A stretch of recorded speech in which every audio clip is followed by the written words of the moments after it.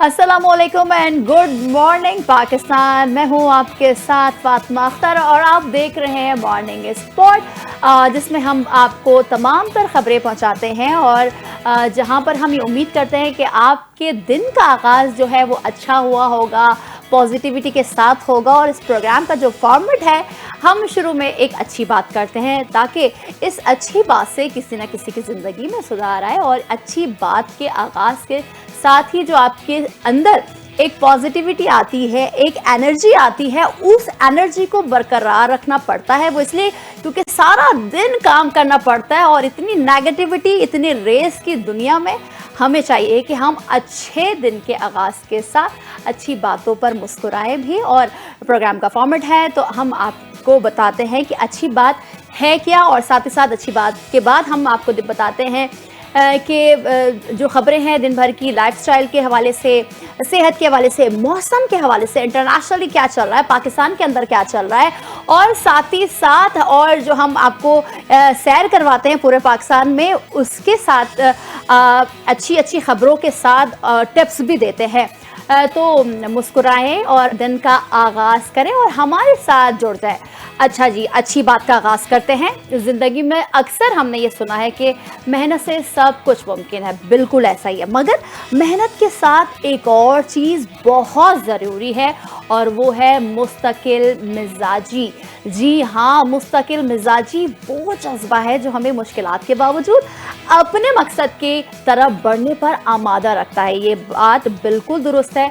अक्सर लोग शुरू में तो जोश दिखाते हैं मगर कुछ दिनों बाद हौसला ख़त्म हो जाता है, जो कि हम अपने प्रोग्राम के शुरू में बात करते हैं, पॉजिटिविटी, एनर्जी। और आज हम बात कर रहे हैं मुस्तकिल मिजाजी की। और मुस्तकिल मिजाजी हमें बताती है कि छोटे छोटे कदम भी बहुत इम्पॉर्टेंट होते हैं और ये कदम अगर हम लगातार बढ़ाएं तो बड़ी कामयाबी बन जाती है। जी हाँ जी, ऐसे ही है बिल्कुल।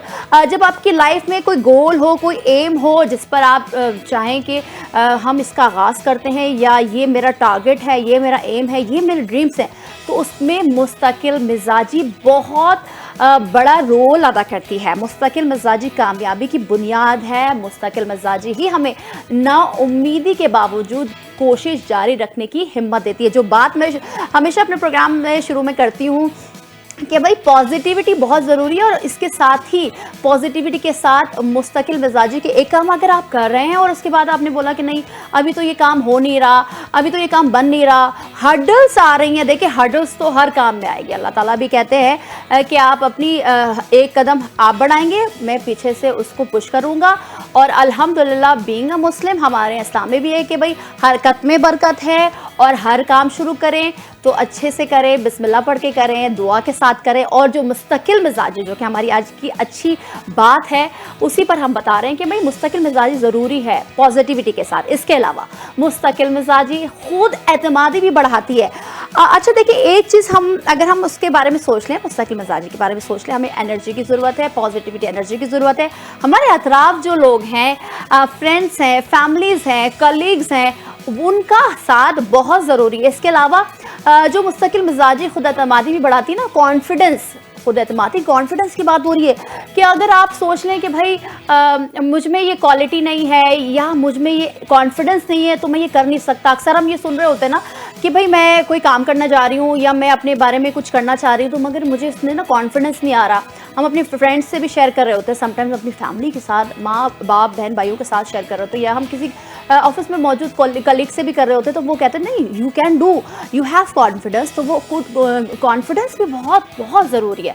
और साथ ही साथ जब हम बार बार कोशिश करते हैं और कामयाबी की तरफ बढ़ते हैं तो हमारा एतमाद बढ़ता है। बिल्कुल ऐसा ही है। आप एक चीज़ देख लीजिए कि अगर आप वो पॉजिटिविटी के साथ, खुद एतमादी के साथ कॉन्फिडेंटली करते हैं और उसको करते रहते हैं, हिम्मत नहीं हारना, हिम्मत तो किसी चीज़ में नहीं हारना। अगर किसी चीज़ का करने का इरादा किया है और आप वो कर रहे हैं तो देखिए एक वक्त आप उस मंजिल पर पहुंच जाते हैं, और मंजिल पर पहुंचने के बाद जो वो कॉन्फिडेंस और वो जो खुशी, वो जो कामयाबी हासिल होती है, उसी को कहते हैं मुस्तकिल मिजाजी। तो हमारा एतमाद बढ़ता है, जो मज़ीद मेहनत करने का हौसला देता है। अगर आप ज़िंदगी में कुछ बड़ा हासिल करना चाहते हैं तो मुस्तकिल मिजाजी को अपनी ज़िंदगी का हिस्सा बनाएं। बिल्कुल ऐसा ही है। ये आदत आपको हर मुश्किल वक्त में आपके मकसद की याद दिलाती रहेगी। बिल्कुल ऐसा ही है। देखिए, हम बात कर रहे हैं मुस्तकिल मिजाजी की। मुस्तकिल मिजाजी के साथ बहुत सारी चीज़ें जुड़ी हुई है। कॉन्फिडेंस आपका, और साथ ही साथ पॉजिटिविटी, आपके अतराफ के लोग, आपकी खुशी, और जो नेगेटिविटी आती है वो भी चले जाती है। और एक वक्त होता है जो आपका टारगेट होता है, जो आपका एम होता है, और अल्लाह के हुक्म से और आपकी मेहनत से, आपकी मुस्तकिल मिजाजी से वो आप उसमें हासिल कर लेते हैं, उस टारगेट को हासिल कर देते हैं। और जब कामयाबी आप उस मंजिल पर पहुंचते हैं ना, इस मुस्तकिल मिजाजी को अपनाते हुए, तो उसका मज़ा ही कुछ और है। तो आज से तय करिए कि मुस्तकिल मिजाज जी अपनी ज़िंदगी में लेकर आएँ। कोई काम करना चाहते हैं, अच्छा काम करना चाहते हैं, तो पॉजिटिविटी के साथ करें, अच्छे लोगों के साथ करें, अच्छी राह पर चलें। और इसी के साथ जो है अच्छी बात का अख्तिताम करते हैं और चलते हैं रात भर की खबरों की तरफ। मुल्की और आलमी सतह पर अहम अपडेट्स क्या है आज वो जान लेते हैं। और पाकिस्तान के लिए जो है वो बहुत अच्छी खबर है, और जो अच्छी खबर होती है पाकिस्तानियों के लिए वो बहुत ज़रूरी होती है। वो इसलिए क्योंकि हम पाकिस्तानी आवाम जो है वो तरस गए हैं अच्छी खबर के लिए। तो आपको बताएं कि पाकिस्तान और आलमी मालियाती फ़ंड IMF के दरमियान स्टाफ लेवल मुआहदा तय पा गया, जो खुश आइंद है। IMF ने कहा है कि पाकिस्तान के साथ कर्ज प्रोग्राम पर स्टाफ लेवल मुआहदा तय पा गया है। एग्जीक्यूटिव बोर्ड की मंजूरी के बाद पाकिस्तान को $1.2 अरब मिलेंगे। जी हाँ, अच्छी खबर जो कि आपको प्रोग्राम के आगाज़ में बता रहे हैं, ताकि अच्छी खबर सुनने के बाद आपका सारा दिन अच्छा रहे। IMF की जानिब से जारी एलामिया में कहा गया है कि IMF की मुआवनत से जारी तौसी फंड सहूलत के तहत पाकिस्तान का इक़्तिसादी प्रोग्राम बतदरीज इस्तेहकाम और मार्केट एतमाद की बहाली की जानिब गामज़न है। बयान में ये भी कहा गया है कि माली साल 2025 में पाकिस्तान का करंट अकाउंट 14 साल बाद पहली बार सरप्लस में रहा है। और ये जो 14 साल की जद्दोजहद है, मेहनत है, और इसके लिए बहुत इंतज़ार किया गया है। तो इस बार जो करंट अकाउंट है पाकिस्तान का 2025 चल रहा है, 14 साल बाद पहली बार जो है वो सरप्लस में रहा है। और ये बहुत अच्छी बात है, और पाकिस्तान की मईशत के लिए सबसे बढ़कर बहुत अच्छी बात है। क्योंकि हम ये देख रहे थे कि माजी में ये बात की जा रही थी, और बड़ी दुख के साथ ये बात कहनी पड़ती है कि बड़ा दुख होता था ये सुनकर कि हम डिफ़ॉल्ट की तरफ जा रहे हैं, हम डिफ़ॉल्ट की तरफ जा रहे हैं, हम डिफ़ॉल्ट। जहाँ जाते थे वही ये बात सुनते थे, खबरों में सुन रहे हैं, खबरों में पढ़ रहे हैं, डिस्कस कर रहे हैं। मगर अल्हम्दुलिल्लाह वो नौबत ही नहीं आई पाकिस्तान पर, और जो है अब पाकिस्तान एक अच्छी समत में गामज़न हो गया है। मईशत के हवाले से पॉजिटिविटी आ रही है, मईशत मजबूत हो रही है, और पाकिस्तान में अल्लाह ताला हम सब की यही दुआ है कि भाई इसी तरह से पाकिस्तान को कायम दायम रहे। IMF ने जो ये खबर सुनाई है, आपको ये भी बताएं कि माली तवाज़ुन प्रोग्राम हदफ से बेहतर रहा, अफरात ज़र काबू में है, ज़र मुबादला के ज़ख़ायर में बेहतरी आई है। That is good news for all Pakistan के भाई ज़र मुबादला के जो ज़ख़ायर है जिसमें कमी आई थी, हमने देखा कि वो डाउन जा रहा था, अब उसमें पॉजिटिविटी दिखी है, वो ऊपर की तरफ आया है। और पाकिस्तान की माशी नमू 3.25 से 3.5% का इम्कान है। साथ ही साथ IMF ने पाकिस्तान के माहौलियाती इस्लाहात के प्रोग्राम को भी सराहा। अच्छा जी, माहौलियाती इस्लाहात क्या है? जिस तरह से पूरी दुनिया में माहौलियाती इस्लाहात के ऊपर काम किया जा रहा है, उस तरह पाकिस्तान में भी उस पर प्रोग्राम्स मुनक़िद किए जा रहे हैं, प्रोग्राम्स हो रहे हैं। और जितने भी प्रोग्राम्स हुकूमत की जानिब से, जिस में पीपल्स पार्टी है, नून लीग है, दीगर जमातें हैं, मुत्तहिद होकर पाकिस्तान को चला रही हैं, उसको सराहा गया है IMF की जानिब से। और ये बात ज़रूरी यहाँ पर मेंशन करना है, वो इसलिए क्योंकि IMF हमेशा से जब कर्ज़, जाहिर सी बात है हम उनसे कर्ज़ लेते हैं, जब बात आती है तो वो बड़े सख्त लहजे टैक्सेस की बात करते हैं और वो दीगर चीज़ों की बात कर रहे होते हैं। मगर इस बार जो सराहा गया प्रोग्राम माहौलियात इस्लाहात के हवाले से वो खुशाइंद है। बयान में ये कहा गया कि हालिया सैलाब ने लाखों अफराद को मुतासर किया, 1000 से ज़ायद अमवात हुई। और साथ ही साथ जो हमने देखा हमारे मुल्क में जब सैलाब आया, बारिशें हुई, मौसमियाती तब्दीली जो कि गुज़िश्ता सालों से जारी है, पूरी दुनिया में क्लाइमेट चेंज हुआ है और पाकिस्तान में स्पेशली इसका असर बहुत ज़्यादा पड़ा है। फसलों और मकानात को शदीद नुकसान पहुँचा है।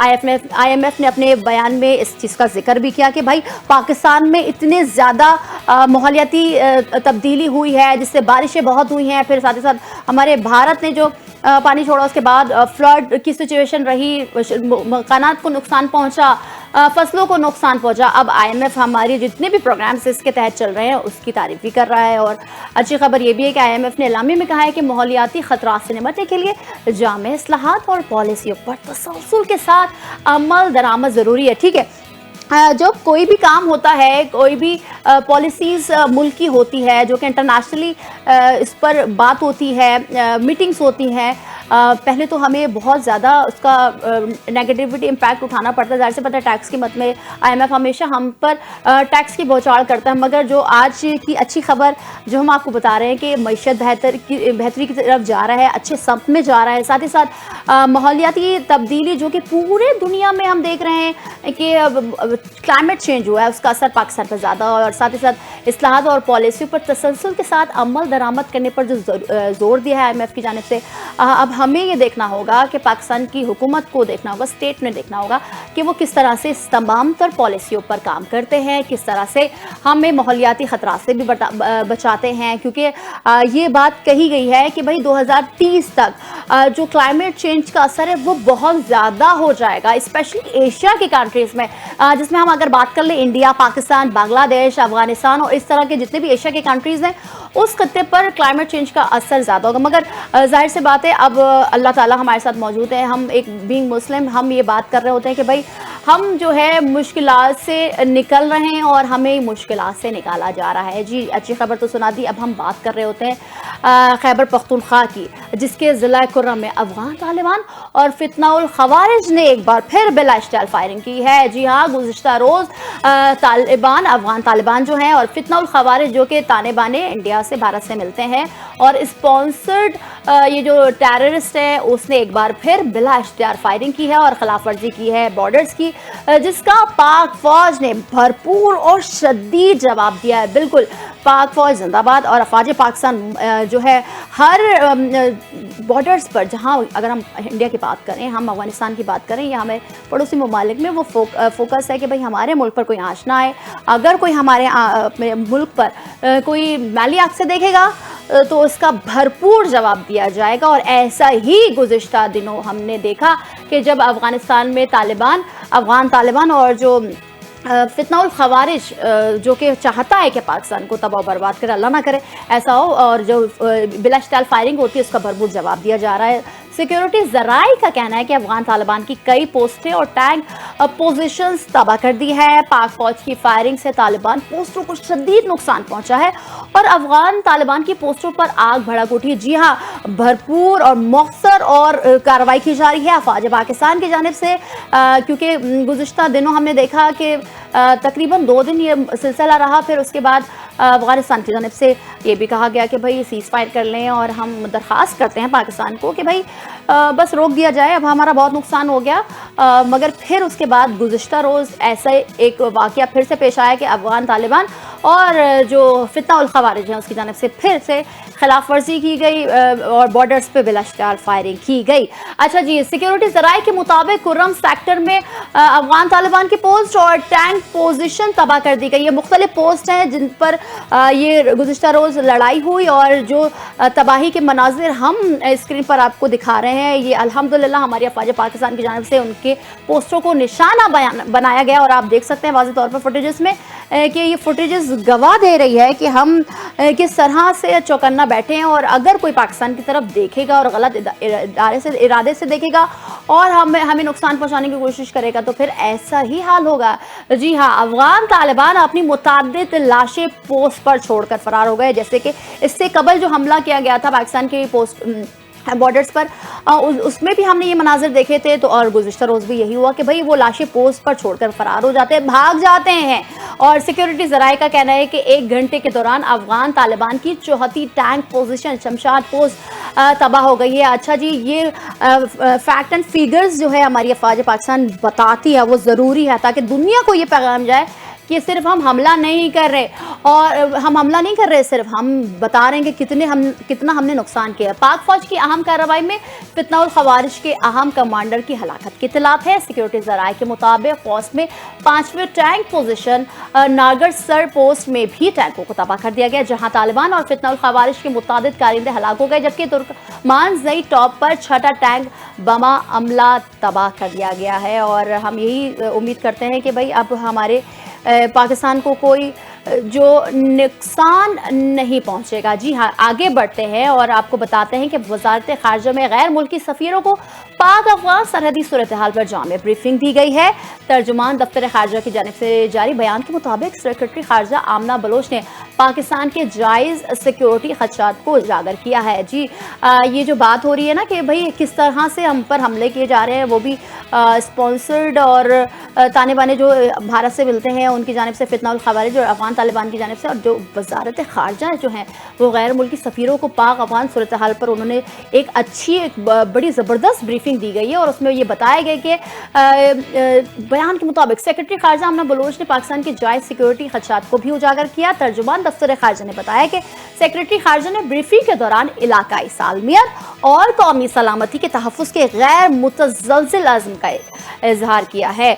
तर्जुमान दफ्तर खारजा ने एक बयान में अफगानिस्तान को एक बार फिर पैगाम दिया कि वो अपनी सरजमीन दूसरे मुल्क के खिलाफ दहशत गर्दी के लिए इस्तेमाल ना होने दे। ख्वाजा आसिफ हो, हमारे दीगर लीडर्स हों, बार बार ये पैगाम अब इंटरनेशनल तौर पे भी ये पैगाम पहुंच गया है और ये बात पहुंचाई गई है कि भाई देखें, अपनी सरजमीन है, भारत को नहीं इस्तेमाल करने दें, और जो स्पॉन्सर्ड फितना उल खवारिज की जो एक लहर है जो पाकिस्तान पर हमले कर रही है उससे बाज रहें। और बार बार ये बात की जा रही है कि भाई दहशत गर्दी तो हमने भी कई लाखों करोड़ों कुर्बानी दी है, फिर जाके हमारा मुल्क अब इस सिचुएशन से निकला है, मगर खुदारा आप दहशत गर्दी के लिए इस्तेमाल ना होने दें अपनी जो सरहदें हैं, अपनी जो सरजमीन है। तर्जुमान दफ्तर खारजा ने बताया कि तवक्को है कि तालिबान हुकूमत दोहा में आलमी बरादरी से किए वादों पर अमल करेगी। वादे, दावे, बातें ये सब रह जाती है जब, जाहिर सी बात है, जब आप किसी मुल्क के साथ एक प्लान करें, स्पॉन्सर्ड हो वो तमाम तर चीज़ें, एड मिले आपको, तो फिर आप हमले ही करते हैं और हमलों से बाज रहे हैं, क्योंकि अफवाज पाकिस्तान इसका भरपूर जवाब दे रही है। इंटरनेशनल तौर पर भी ये बात उठाई गई कि अफगानिस्तान को चाहिए कि अपनी सरजमीन किसी को भी इस्तेमाल करने देगी, और ये इशारा भारत की जानिब है। जी हाँ, तर्जुमान दफ्तर खारजा ने अफगान हुकूमत के तर्जुमान के बयान पर रद्द-ए-अमल देते हुए कहा कि अफगान तर्जुमान पर जोर देते हैं कि वो अफगानिस्तान से मुतालिक उमूर पर तवज्जो मरकूज करें। तर्जुमान दफ्तर खारजा का कहना था कि अफगान तर्जुमान ऐसे मामलात पर तबसरा न करे जो उनके दायरे अख्तियार से बाहर हो। देखिए, बिल्कुल सही बात कि तर्जुमान दफ्तर खारजा कह रही है कि भाई अफगान तर्जुमान ऐसे मामलात पर तबसरा भी ना करें। वो इसलिए क्योंकि वो तबसरा करेंगे फिर आगे बात मामलात ख़राब होंगे, जो कि मामलात ऑलरेडी पाकिस्तान से ख़राब हो चुकी है, क्योंकि जाहिर सी बात है अफगानिस्तान से फितना उल खवारिज और अफगान तालिबान जो है वो मुसलसल खिलाफ वर्जी कर रहे हैं सीज़ फायर की।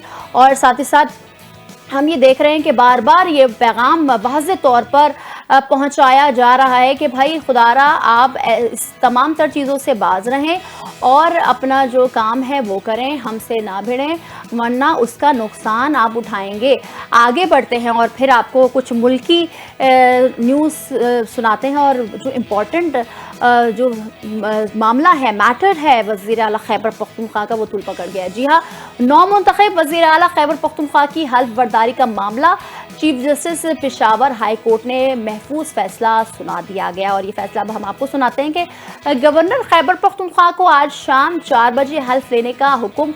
अगर गवर्नर ने हल्फ ना लिया, स्पीकर सूबाई असम्बली नौ मुंतखब वज़ीर आला सोहेल आफरीदी से हल्फ नहीं। ये बात वाज़ेह है कि जो खैबर पख्तूनख्वा के गवर्नर हैं वो गुज़िश्ता रोज़ कराची का उनका दौरा था और उन्होंने अहम मीटिंगें की हैं, मगर अब ये जो पेशावर हाई कोर्ट ने जो महफूज किया था वो फैसला वो सुना दिया। और उसके मुताबिक पेशावर हाई कोर्ट का ये फैसला है कि भाई जो नौ मुंतखब वज़ीर आला सोहेल आफरीदी है ना, उनसे आज ही 4 बजे हल्फ लें, और ये ज़रूरी है कि हल्फ ले लिया जाए। अदालत ने फैसले में बड़ा हुक्म दे दिया।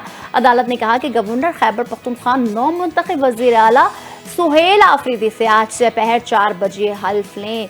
जी, आज हल्फ लेना लाजमी है क्योंकि ये फैसला है पेशावर हाई कोर्ट का। Chief justice Peshawar high court की सरबराही में नौ मुंतखब वज़ीर आला से हल्फ लेने से मुतालिक दरखास्त पर समाअत हुई है, और जिसके दौरान एडिशनल अटॉर्नी जनरल ने अदालत को बताया कि गवर्नर सरकारी दौरे पर गए हुए हैं। इस पर चीफ जस्टिस ने पूछा कि गवर्नर ने हल्फ के बारे में क्या कहा। एडिशनल अटॉर्नी जनरल ने बताया कि गवर्नर ने इस्तीफे की मंजूरी के लिए अली अमीन गंडापुर को बुला लिया। ये जो इस्तफसार होता है अदालती, बड़े इंटरेस्टेड होते हैं क्योंकि चीफ जस्टिस साहब पूछ रहे होते हैं अटॉर्नी जनरल से या एडवोकेट से, और ये बात बड़ी उसके साथ की गई कि भाई जब नौमुंतखब वज़ीर आला है वो अब तक क्यों बैठे हुए हैं, उनसे हल्फ क्यों नहीं लिया जा रहा। और साथ ही साथ ये बात आपको वाज़ेह करते चले कि भाई अभी तक जो है अली अमीन गंडपुर जो कि साबिक वज़ीर आला खैबर पख्तूनख्वा हैं, उनका इस्तीफ़ा मंजूर ही नहीं हुआ है, क्योंकि 2 इस्तीफ़े उनको मौसूल हुए थे गवर्नर खैबर पख्तूनख्वा का फैसल करीम कुंडी साहब को, जिसके ऊपर उन्होंने एतराज़ लगाया और उन्होंने रिटर्न कर दिया। अब आज ये देखना है कि हल्फ होगी भी या नहीं। मगर जो अदालत में फैसला सुनाया गया उसके दौरान जो सवालात हुए ना, उसको आपको बता रहे हैं कि अदालत ने सवाल किया कि आप ये बताएं कि गवर्नर ने रजामंदी जाहिर की हल्फ बर्दारी के लिए या नहीं। अटॉर्नी जनरल ने जवाब दिया कि गवर्नर को आने दें, वो फैसला करेंगे। गवर्नर ने आमिर जावेद को दलाइल के लिए नामजद किया है। आमिर जावेद एडवोकेट ने अदालत को बताया कि गवर्नर के लिए इंतज़ार करें, वो आ जाएँ तो सब हो जाएगा। अच्छा जी, क्योंकि आपको पहले ही वाज़ेह कर चुके हैं कि फैसल करीम कुंडी साहब जो कि गवर्नर खैबर पख्तूनख्वा हैं, वो गुज़िश्ता रोज़ कराची आए हुए थे और अहम बैठकें हुई हैं। अब अदालत में भी उनको बताया गया, अदालत को ये कहा गया, चीफ जस्टिस साहब को ये बताया गया कि वो जब आ जाएंगे ना तो सब हो जाएगा। अब क्या होगा, कैसे होगा, और आज क्या वाकई में 4 बजे हल्फ बर्दारी का अमल होता है, ये कार्रवाई होती है, ये नए मुंतखब वज़ीर आला खैबर पख्तूनख्वा उनसे हल्फ ले लिया जाएगा। अच्छा जी, नए वज़ीर आला आने तक पुराना वज़ीर आला दफ्तर चलाएगा। ये बात कल अदालत में बताई गई कि भाई जब तक हल्फ बर्दारी का अमल नहीं होता तब तक जो वज़ीर आला अली अमीन गंडपुर हैं वो ही तमाम तर मामला चलाएंगे, जिस पर अदालत ने कहा कि वो तो तब होगा जब इलेक्शन नहीं होगा। यहाँ तो इलेक्शन हुआ है, दीगर जमातों ने भी वज़ीर आला के उहदे के लिए कागजात नामजदगी जमा करवाए। दूसरी तरफ गवर्नर खैबर पख्तूनख्वा फैसल करीम कुंडी का कहना है कि मैंने कभी नहीं कहा कि हल्फ नहीं लूँगा, और ये बात वाज़े तौर पर फैसल करीम कुंडी साहब जो कि गवर्नर हैं खैबर पख्तूनख्वा के, उन्होंने कहा कि भाई मैंने तो मना ही नहीं किया इस बात को कि भाई मैं हल्फ नहीं लूँगा, आइन और कानून पर अमल करूँगा, मगर ज़रूरी है कि मैं जो आइन है, जो हमारा आइन कहता है, जो कानून है, उस पर अमल करूँगा। गवर्नर खैबर पख्तूनख्वा फैसल करीम कुंडी कराची से पेशावर पहुँच चुके हैं। जी हाँ, जिसकी हम बात कर रहे थे कि वो दौरे पर थे कराची के, अब वो पेशावर पहुँच गए हैं। दूसरी तरफ गवर्नर हाउस में नौमुंतखब वज़ीर आला सुहेल आफरीदी की तकरीब हल्फ बर्दारी के लिए इंतजामात भी मुकम्मल कर लिए गए। बड़ा फैसला पेशावर हाई कोर्ट का, जिसमें ये बात वाज़ेह की गई कि भाई आज शाम 4 बजे आप हल्फ लें, और अगर हल्फ नहीं लेते हैं तो फिर भी हल्फ बर्दारी की तकरीब होगी, जिसके इंतजामात मुकम्मल हो चुके हैं। अब आगे बढ़ते हैं और आपको बताते हैं कि सदर पाकिस्तान आसिफ अली जरदारी का सफ़ेद छड़ी के आलमी दिन के मौके पर खुसूसी पैगाम आया है, और वो पैगाम क्या है वो आपसे शेयर कर लेते हैं।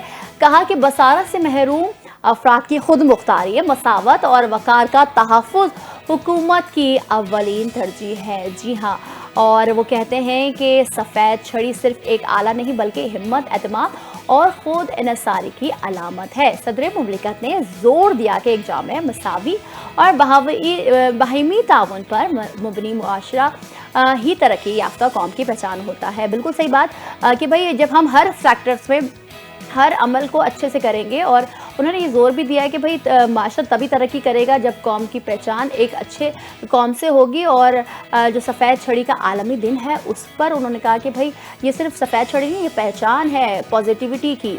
और उन्होंने मज़ीद कहा कि हुकूमत पाकिस्तान बसारत से महरूम और दीगर माजूर अफराद को तालीम, रोज़गार और ज़िंदगी के दीगर शोबों में भी मसावी मौके फराहम करने के लिए कोशा है। और ये बात उन्होंने कही कि भाई इससे पाकिस्तान में सिर्फ वो लोग हैं जो डिसेबल्ड नहीं होते, उनके लिए भी काम किया जाता है, जिनके साथ प्रॉब्लम्स होती है, जो बसारत से महरूम है और दीगर जो डिसेबिलिटी है उनमें, उसके लिए काम करेंगे और कोशा है काम करने के लिए। मज़ीद कहा कि मोहब्बत, एहतराम और मदद बसारत से महरूम अफराद का हक़ है।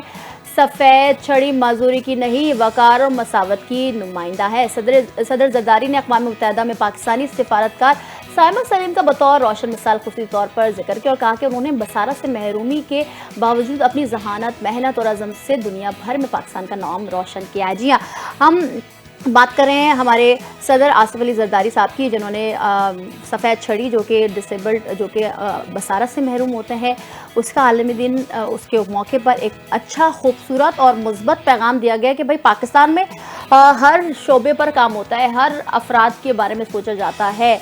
अच्छा जी, साथ ही साथ अब इंटरनेशनली तौर पर क्या हुआ, क्योंकि हम देख रहे हैं कि गज़ा जंग बंदी के बाद बहुत ज़्यादा हैपनिंग हो रही है, और इसी हैपनिंग के हवाले से आपको बताएं कि अमरीकी सदर डोनाल्ड ट्रंप ने एक बार फिर फ़लस्तीनी मज़ाहमती तंजीम हमास को जल्द गैर मुसल्लह होने का पैगाम दे दिया है।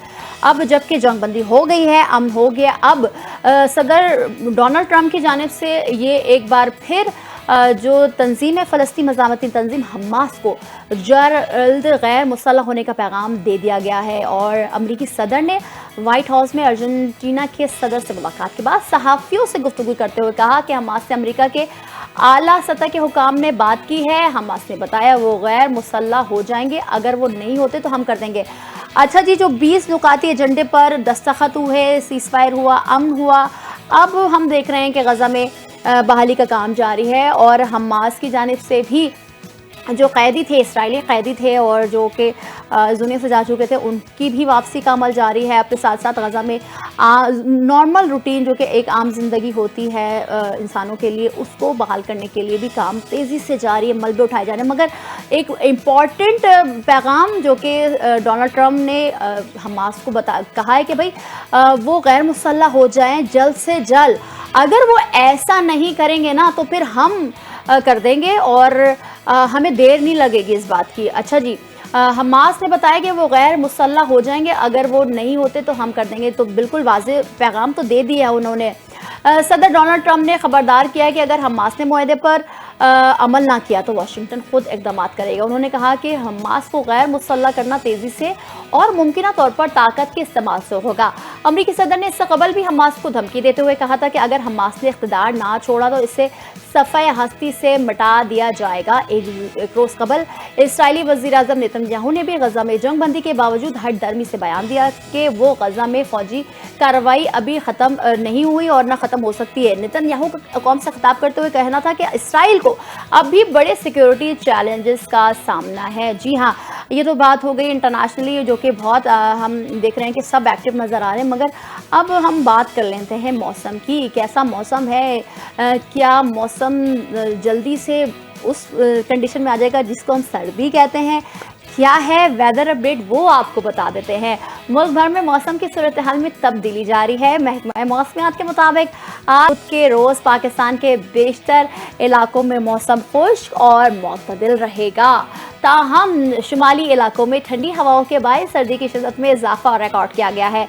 वफाकी दारुल हुकूमत की बात कर लें तो इस्लामाबाद और रावलपिंडी में आज मतला जुज़वी तौर पर अबर आलूद रहने की तवक्को की जा रही है और ये तवक्को महकमा मौसमियात की जानिब से जो प्रेडिक्ट की गई है वो बता रहे हैं हम आपको। जबकि बाज़ मकामात पर हल्की बारिश या बूंदाबांदी का इम्कान भी है। अगर हम पंजाब का रुख करें तो पंजाब की दारुल हुकूमत लाहौर में सुबह के वक्त हल्की धुंध छाई रही, जबकि दिन के औकात में सूरज की तमाज़ात महसूस किए गए। अच्छा, हर पूरे पाकिस्तान की हम आपको अपडेट दे रहे होते हैं कि भाई पंजाब में क्या चल रहा है, खैबर पख्तूनख्वा में क्या चल रहा है और स्पेशली कराची में क्या चल रहा है। तो महकमा मौसमियात के अगले 2 रोज़ में मौसम खुश्क और साफ़ रहेगा, ये बात की गई है। और कराची में मौसम आज गर्म और खुश रहेगा। समंदरी हवाएं बहाल हो चुकी हैं जिससे शहरियों को कुछ हद तक राहत मिली है। ज़्यादा से ज़्यादा दर्जा हरारत 35 डिग्री सेंटीग्रेड तक जा सकता है। भाई कराची की हम बात करते हैं क्योंकि एक दिन में हम पता नहीं कितने वेदर देख लेते हैं कराची के। अब जबकि सर्दी आने वाली है, उनकी है बिल्कुल, महकमा मौसमियात खुद कह रही है कि रात के वक्त टेम्परेचर गिर जाता है। अदरवाइज़ आज दर्जा हरारत ज़्यादा से ज़्यादा जो है ना वो 35 डिग्री सेंटीग्रेड रह सकता है कराची का। अच्छा जी, कराची से रुख कर लेते हैं पेशावर का और उसके अतराफ। पेशावर और गिरदोनवा में मौसम मुतदिल और खुशगवार हो गया है, मतलब साफ़ है और हवाओं में हल्की ठंडक महसूस की जा रही है। बिल्कुल पेशावर में भाई पेशावर के रहने वाले अब वो खुश हो जाएं क्योंकि वहाँ तो वैसे ही जल्दी सर्दी आ जाती है और महकमा मौसमियात भी कह रहा है कि भाई सर्दी महसूस की जा रही है, ठंडक जो है वो महसूस की जा रही है। मगर बलूचिस्तान का क्या हाल है, बलूचिस्तान में क्या हो रहा है उसकी बात कर लेते हैं। बलूचिस्तान के सूबाई दारुल हुकूमत कोयटा में सर्दी की लहर जारी है। भाई कोयटा सबसे पहले, वहाँ पर बर्फबारी भी होती है। कोयटा में जब ठंड बढ़ती है तो फिर वो कराची भी मुंतकिल होती है और जहाँ यकबस्ता हवाएं वहाँ चलती है तो फिर हमें भी उस यकबस्ता हवाओं का एहसास होता है। अच्छा जी, मतला जुज़वी तौर पर अबर आलूद रहेगा जबकि ठंडी हवाओं ने शहरियों को गर्म लिबास पहनने पर मजबूर कर दिया है। भाई जल्द से जल्द कोयटा वाले अपने जल्द से जल्द सारे कपड़े निकालते हैं वो इसलिए क्योंकि वहाँ पर ठंडी हवाएं चल रही हैं और जो है वो ठंड बढ़ रही है और साथ ही साथ कराची में आज 35 डिग्री रहेगा, तो कराची वाले अभी कपड़े ना निकालें और गर्म कपड़े रखे रहें। जब हवा चलेगी, महकमा मौसमियात बताएगा, तो फिर अपने जो सर्दियों के कपड़े हैं ना वो निकालें। जी आगे बढ़ते हैं और सबसे फेवरेट टॉपिक बिलाल का होता है, मगर आज वो निजी मसरूफियात की वजह से आ नहीं पाए, तो मैं इसके बारे में आपको बता देती हूँ कि हुंजा वैली, जी हाँ, हुंजा वैली जाएं और वहाँ पर देखें क्या क्या हो रहा है और क्या क्या नहीं है।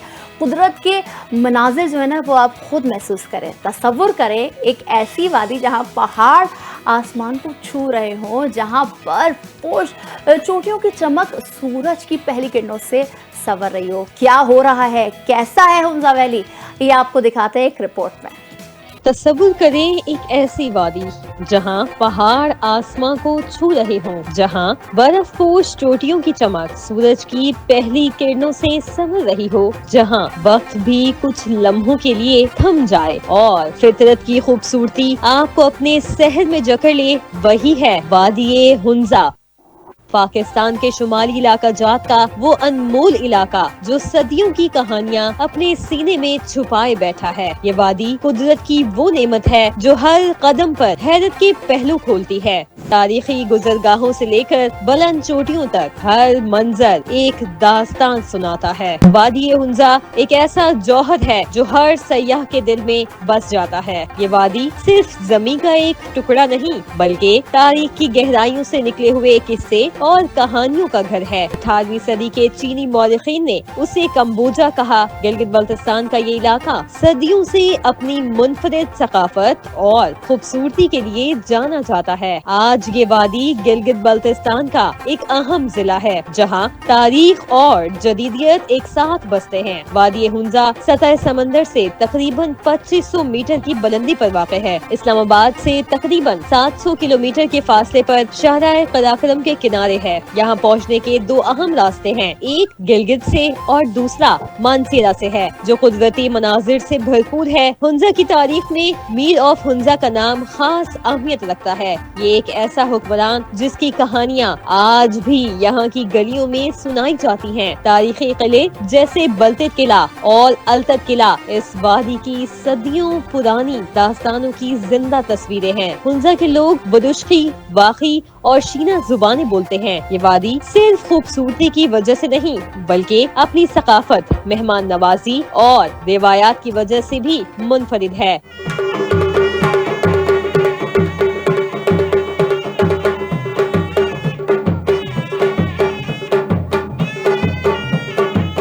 करीमाबाद हुंजा का अहम शहर सयाहों के लिए जन्नत है। राका पोशी, लेडी फिंगर और दीरान पीक जैसी बुलंद चोटियों के मनासिर यहाँ का खासा है। डोइकर एगल नेस्ट तुलुए आफ्ताब और गुरूबे आफ्ताब के हसीन मनाजिर पेश करता है। अताबाद झील में कश्ती रानी और गलमत के गाँव की सैर हर सयाह के दिल को भा जाती है। हुंजा तक रसाई के लिए जदीद और आरामदेह पब्लिक ट्रांसपोर्ट दस्तयाब है। गिलगित के लिए हवाई सफर भी मुमकिन है। वादी में मुख्तलिफ मयार के होटल, गेस्ट हाउसेज और रिहाइश के आसान इंतजामात मौजूद हैं। हुंजा सिर्फ एक खूबसूरत वादी नहीं, बल्कि पाकिस्तान की तारीखी, सकाफती और कुदरती दौलत का एक अनमोल तोहफा है। ये जगह हर किसी के दिल को छू लेती है और हमेशा यादगार तजुर्बात देती है।